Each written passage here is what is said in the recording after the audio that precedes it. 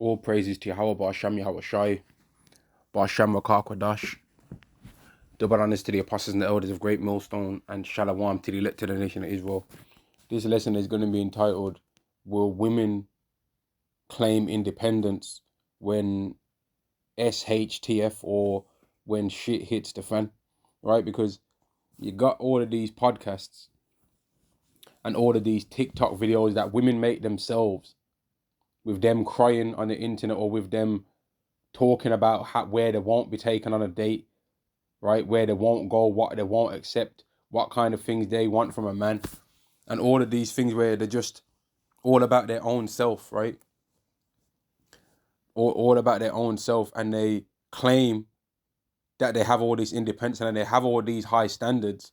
But the reason why men don't take these high standards seriously and why men are calling out the hypocrisy of these women is because all of these high standards that these women try and claim that they have, right, is not a constant standard, right? So I won't go on a date I won't be taken out here on a date. I won't go here on a date. A man needs to make this amount of money. A man needs to make that amount of money.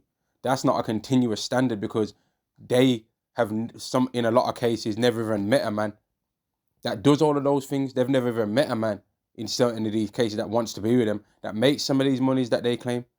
Like these women out there claiming that they need a man that makes $500 million a year, otherwise he can't get nothing from him. When if that's the case, then all these women that make that standard should be virgins, because they ain't met no man that makes $500,000 or £500,000 a year. Yet they're not a virgin. In fact, they're not a virgin maybe maybe 30 times over, man. Yet they've got all of these crazy high standards and they say all of these things out of their mouth. But it's not a realistic standard, man. It's just some delusional thing that they've made up in their mind that's not based on anything. But this lesson is going to be about whether women are going to claim independence, right, when all hell breaks loose, whether they're going to want to claim independence in that day. And I'm going to go into some of the scriptures to show what the day of Yahweh's wrath is going to look like, right? Because even the Israelite man ain't claiming independence out here. We know that we need Yahweh. Amos chapter 5 and verse 18, Woe unto you that desire the day of Yahweh. To what end is it for you? The day of Yahweh is darkness and not light, as if a man did flee from a lion and a bear met him. So this is the metaphor that is given to explain what the day of the Lord's like. The day of the Lord is like as if a man did flee from a lion and a bear met him, or went into the house and leaned his hand on the wall and a serpent bit him. So when it might seem like you're safe in the day of Yahweh's wrath, that's going to be the time where you're actually going to lose it. That's what it's saying in the scriptures, man. At the time when you might think you've got some rest, you get in that house and lean your hand on the wall. That location where you feel the safest is actually going to be where you're going to perish, man.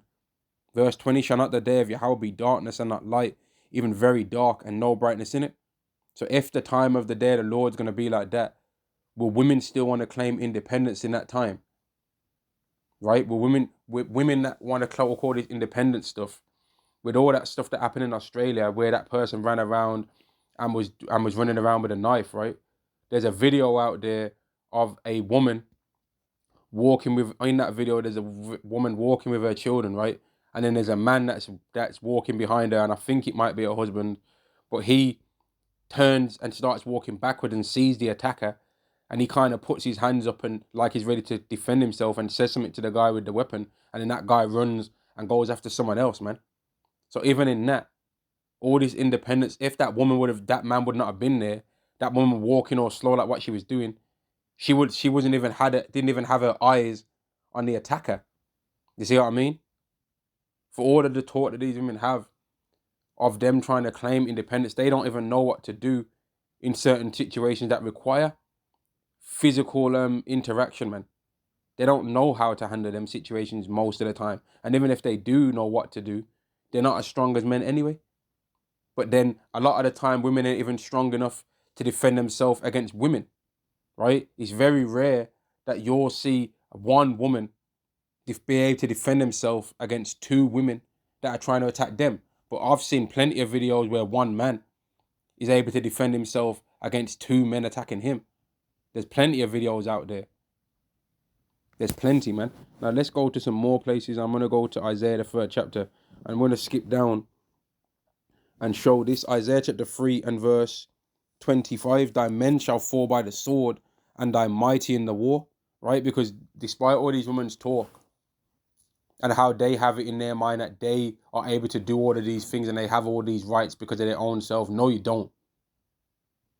All the power and all the lip running that you women do is based on you knowing that men are going to defend you, right? The same men in a lot of cases that you talk bad about, right? And that's why you don't see women talking the same way as they talk in the so-called West, in places where men have said, you know what, we don't want you women to have rights like that, to be running your mouth on and saying all of these things. In the places where men say, you ain't talking like that, guess what? The women ain't talking like that. But in the places where men have said, all right, we'll allow you women to spew out your madness for a bit, then the women can speak like that. Simple as that, man. Verse 26, and her gates shall lament and mourn, and she being desolate shall sit upon the ground. So because men are going to be taken away from these women that protect them normally, the women are going to become desolate and sit up on the ground, man. And let me get the same thing in 2nd Ezra as well, the 16th chapter, I believe it is. Around like the 40th verse. Okay, 34. 2nd Ezra chapter 16 and verse 33. The virgins shall mourn, having no bridegrooms. The women shall mourn, having no husbands. Their daughters shall mourn, having no helpers. Right? In the war shall their bridegrooms be destroyed, and the husband shall perish of famine. So when these women actually get all the freedom that they so-called said they want from men, to where men have been taken away from them by force of death, right? Women are going to have the ability in certain places to have a free reign to do whatever they want to do. But it says in the scripture that they're going to mourn because of that. The virgins shall mourn, having no bridegrooms. The women shall mourn, having no husbands. So all this men are trash that women be saying now. Men are trash. We don't need no men and all of that. Well, that's not what the scriptures is saying. The daughters shall mourn, having no helpers. And there's a very good show out there that shows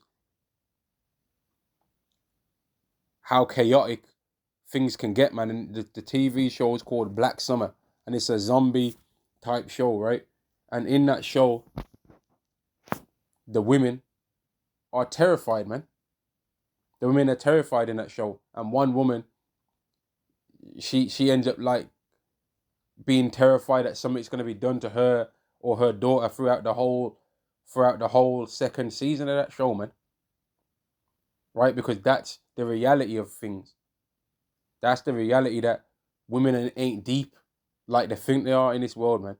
They're not as powerful as they claim to be, right? And all of the power that they have is something that's been given to them by men.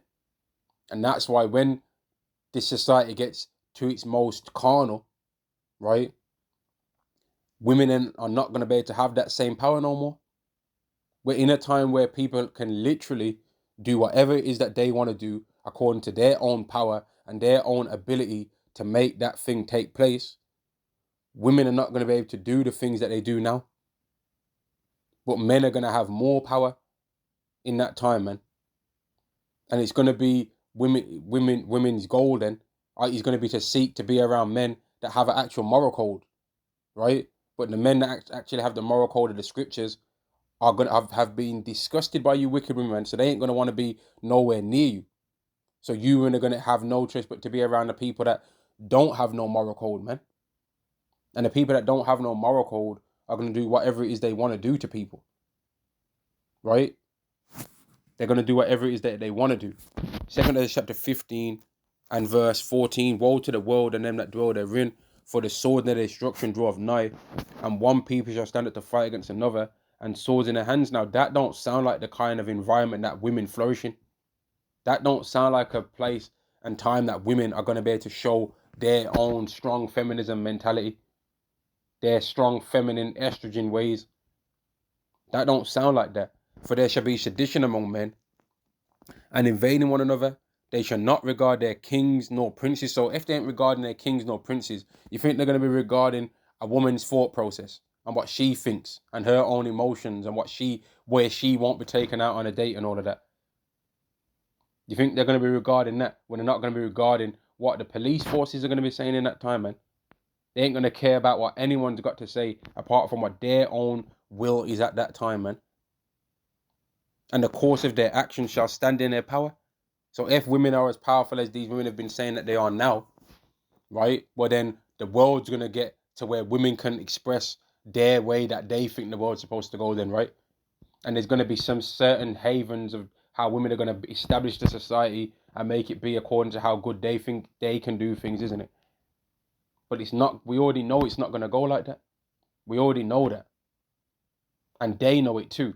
And that's why anytime you see any fight break out anywhere on any of these videos on the internet, or if you've been in the midst of violence in real life, the first thing that women do is scream. The first thing they do is scream. They don't get into their mode and start defending. The first thing they do is scream. And if they do decide to try and do violence, it's normally when the man or the woman that they're hitting ain't looking. But when they start to get violence done back towards them, they don't know how to handle that, man. Even when the woman might be a police officer or something like that, they don't know how to handle them kind of things. They don't really know how to handle that, man. And that's just the truth of the matter. That's not a realm that they dwell in and feel naturally, and it's natural for them to be there. It's not. And that's why among the Israelites, there wasn't no such thing as women among the army of the Israelites, man. And you people out there might say, well, who do you think you are? You're not exactly John Rambo yourself. Well, we don't need to. As men, we don't need to be like that. When things go carnal, men are more likely to go into the type of mentality that they need to go into than women are. Men are more likely to go into that kind of mentality to defend themselves than women will. Women won't be saying, I don't need no man when all hell breaks loose, man. And if they think they are, well, we're going to see, right? We're going to see if that's the case, man.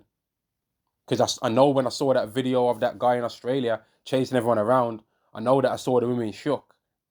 That's what I do know. I didn't see no parts and no videos with any women trying to come and confront them really like that. Now it was a female police officer that took him out, right? It was. But that's one occasion and that's rare. That's very rare for that to take place, man. That's very rare. Verse 18. For because of their pride the city shall be troubled, the houses shall be destroyed, and men shall be afraid. A man shall have no pity upon his neighbor, but shall destroy their houses with the sword and spoil their goods because of the lack of bread and for great tribulation. And I gotta say this as well. When it comes to how that woman did defend them people against that guy in Australia, right? That's all right, fair enough, that's good, right? But in the time of the day of Yahweh's wrath, you're not just going to be able to celebrate, oh, I defended myself against an attacker one time, and then now I can just pat myself on the back and celebrate, because the scriptures is clear. When you read Amos 5 and 18, man, that you're going to go from one situation to another situation, to another situation, to another, and it's going to keep happening. And if you're not of the elect, it's going to keep happening until you lose, right? And it's also clear in the scripture that it says, they that don't die of the sword are going to die of famine, right? That's in the scriptures, man.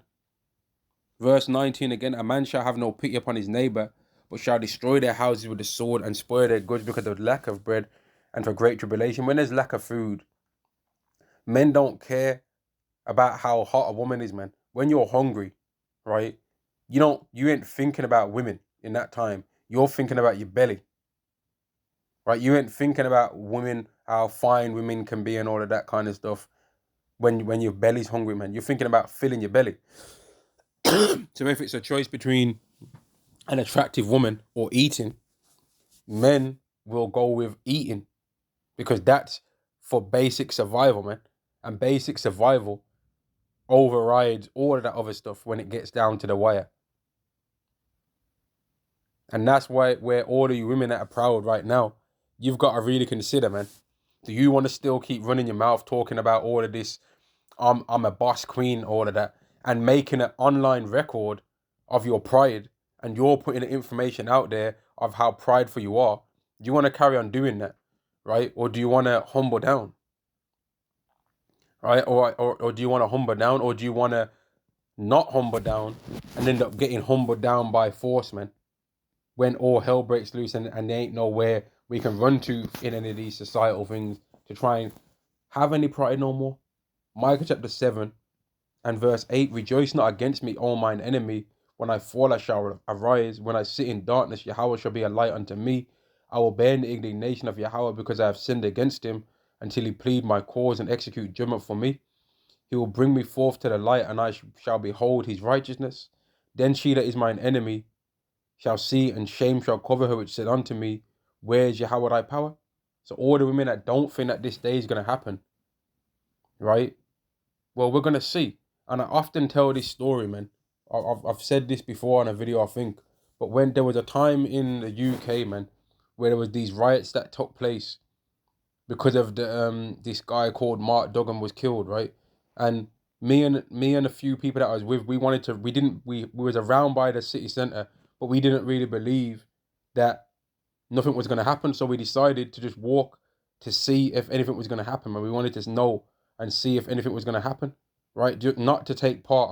I didn't take part in it. I wasn't breaking into no or anything like that. But I just wanted to really see if that kind of situation was going to happen, man.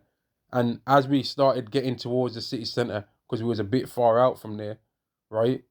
The first thing that we saw to show, yes, people are rioting, was there was a red car, a small red car, man, that stopped at the traffic lights, right? And there was a group of about 4 or 5 guys, and one of the guys that looked like an Edomite, he ran up to the car, and he tried to open the car, man. He ran to the side of the car and was pulling the car door handle to try and get the people out of the car, man.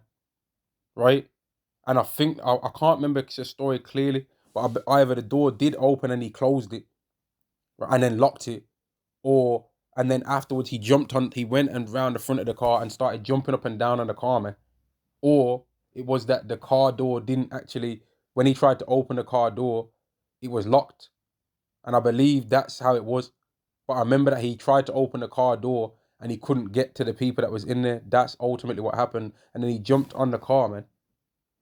Right? And every single time that I think about that story, I think, what would he have did if he did get into the car? What would he have did if he did get them out of the car, man? What was he planning on doing? It was a man and a woman in the car, and then the person that was in the car drove off while he was bouncing and jumping up and down in the car bonnet, and drove off and sped off, and then the guy fell on the floor, man. But he tried to, as he got up from falling on the floor, he was running after the car for like a good, like, maybe 10, 15 meters, laughing like a psychopathic laugh, man. Right? But that's what he had, that kind of things that he had in his mind to do. He tried to GTA somebody, man. And this wasn't that long ago that event took place. It was maybe like, some people would say it's a long ago, but it's maybe like 10, like 10, 12, about 10, 13 years, about 13 years ago or something like that it was, that took place. But I remember that. Man. And the woman, she didn't know what the hell to do. It was the man in the car that was driving that sped off and did everything that he did. Verse 10, then she that is my enemy shall see, and shame shall cover her, which said unto me, where is Yahweh thy power? My eyes shall behold her. Now she shall be trodden down as the mire of the streets, man. Right? Women are not going to have as much power as they think they got, man. And all of the power that they talk about that they've got that's so great right now is always based on men giving it them, man. It's always based on men giving it them. Yet at the same time, they're proud towards men. Whereas the Israelite man, he knows that the power that he's going to receive is going to come from the hands of Yahweh Ba'asham Yahweh Shai. But we ain't proud towards Yahweh, man. We understand and we know that we need Yahweh. We understand and we know that our power comes from Yahweh. But women don't want to accept that their power comes from men. That all the power and the pride that they have right now in this world is things that men have gave them ultimately, man. And the point of this lesson was that, will women be seeking and claiming independence in the day of Yahweh's wrath, or when shit hits the fan? And the answer to that is clearly, when you read all the prophecies relating to this time, no. Right? No, they won't, man. They won't be doing that. Shalom to the elected nation of Israel. Shalom.